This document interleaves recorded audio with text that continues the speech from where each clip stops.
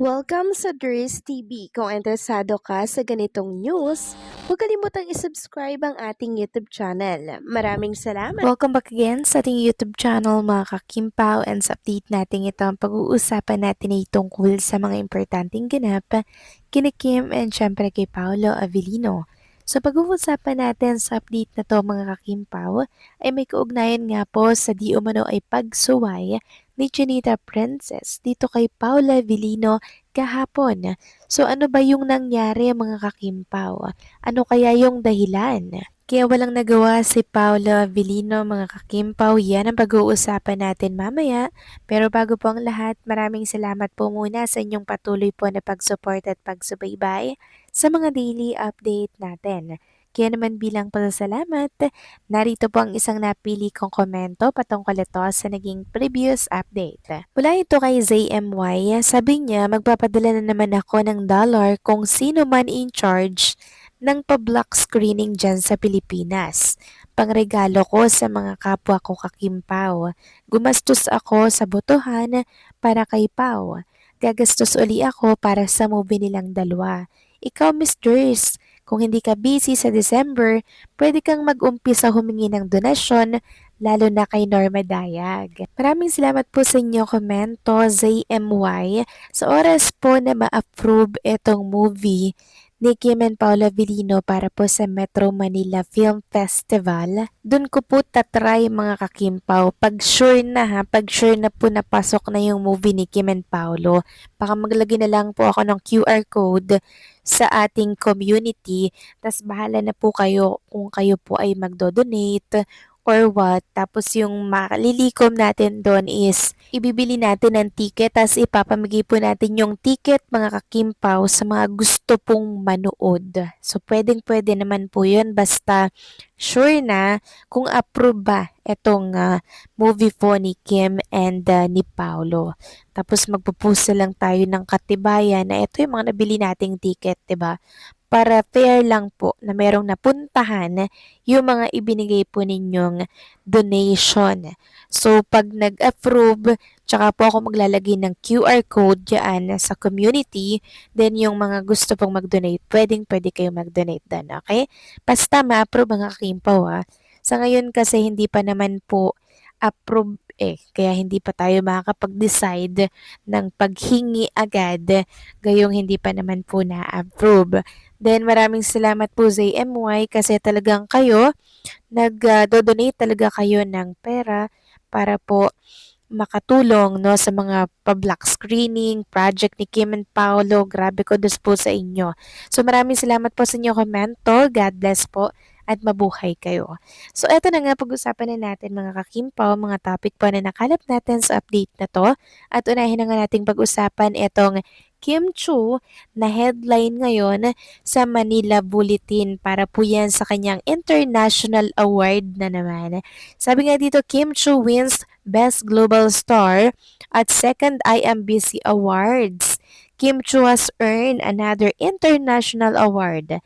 She was named Best Global Star at the 2026 IMBC Awards. Kim is deeply grateful to fans for making an effort to vote online to secure her victory. Note that Kim garnered 40.91% of the votes to earn the plum.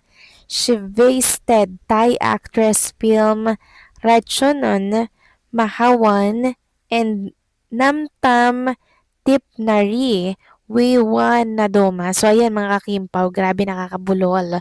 Wow, time, effort, love and support. Maraming salamat po sa inyo. Post ni Kim sa X. Her on-screen partner Paula Avellino took home the Outstanding Asian Star Award with 43.63% votes. The other major winners were IU, who was named Best Korean Actress, 50.69% of the vote, and Byun Ho Seok, who was named Best Korean Actor, 49.92% of the boat. So, grabe mga kakimpaw, no? Talagang si Kim and Paolo Avellino po yung namamayagpag at inilampaso lang naman ang mga international artist na kalaban at katapatan po nila sa nomination na ito. Ayon nga sa Kapamilya page, kaya mahal na mahal ng mga fans niya si Kim Chiu dahil she never fails to make them feel acknowledged. Sa post ni Princess Chinita sa X ay nagpapasalamat ang aktres sa effort at support ng fans nila ni Paolo Avellino kaugnay ng recent online voting ganap sa social media. Sobra kasing na-appreciate ni Kim yung mga maliliit na bagay, 'di ba? Kaya feel natin na ay si Kim Chiu marunong yang magpahalaga, talagang marunong siyang tumanaw ng utang na loob kahit hindi naman niya kailangan ng gawin pero ginagawa niya pa rin mga kakimpaw.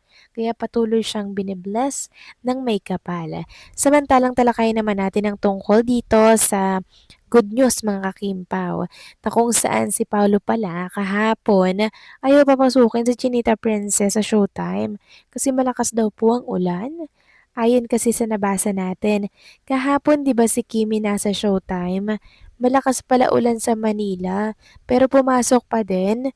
Ayaw yan payagan daw ni Paolo pumasok kasi malakas ulan pero tuluyin pa din sinuway si Papi kasi mas gusto maraming mapasaya kesa magpahinga daw sa bahay. Grabe ba si Kim? Ibang level na ang kasipagan. Wala tuloy nagawa si Paulo kundi pumayag. Wala eh. Love niya talaga si Kimi natin. Kaya kahit mahirap sa kanya, tatanggapin ni Paulo. Ang sweet naman ni Paula Avellino mga kakimpaw, no? Pag ulan, ayaw papasukin si Chinita Princess kasi nga naman, pag naambunan po si Kim, syempre, posibleng ubuhin, posibleng lagnatin, trangkasuhin, ang dami kasing pwedeng mangyari. Kaya si Paolo talagang sinisecure niya na si Chinita Princess. Si Kim Chiu mga kakimpaw, ayaw paawat. Mas gusto daw pong pumasok, mas gustong maraming mapasaya kesa naka-stay lang sa bahay. O di ba mga kakimpaw, tayo pa rin ang iniisip ni Chinita Princess kahit maulan, kahit bumabagyo, kami namang mga fans nakakapag-antay naman kami.